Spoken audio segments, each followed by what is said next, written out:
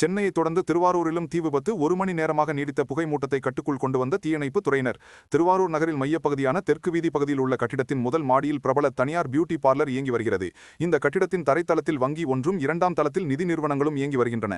இந்நிலையில் இன்று காலை 10 மணி அளவில் பியூட்டி பார்லரை திறந்த பெண் ஊழியர்கள் அங்கிருந்த மின் சாதனங்களை இயக்கிய போது திடீரென மின்கசிவு ஏற்பட்டு பியூட்டி பார்லர் முழுவதும் புகைமூட்டம் ஏற்பட்டது. இதனால் அலறி அடித்துக் கொண்டு பெண் ஊழியர்கள் வெளியேறினர். தொடர்ந்து தீயணைப்பு துறைக்கு தகவல் தெரிவித்தனர். அதற்குள் பியூட்டி பார்லர் தளம் முழுவதும் புகை பரவி மேல் தளத்திற்கு சென்றது. தொடர்ந்து புகை அதிகமாகி திருவாரூர் நகரம் முழுவதும் கரும்புகை சூழ்ந்தது. இதனைத் தொடர்ந்து தீயணைப்பு துறையினர் 1 மணி நேரம் போராடி புகை மூட்டத்தை கட்டுக்குள் கொண்டு வந்தனர். மின்கசிவு காரணமாக ஏற்பட்ட இந்த தீ விபத்தில் பல லட்சம் மதிப்பிலான அழகு சாதன பொருட்கள் சேதமடைந்தன. இன்று காலை சென்னை ராயப்பேட்டை பகுதியில் உள்ள பிரபல தனியார் மாலில் தீ விபத்து ஏற்பட்ட நிலையில் திருவாரூரில் உள்ள அழகு சாதன நிலையத்தில் தீ விபத்து ஏற்பட்டது பரபரப்பை ஏற்படுத்தியுள்ளது.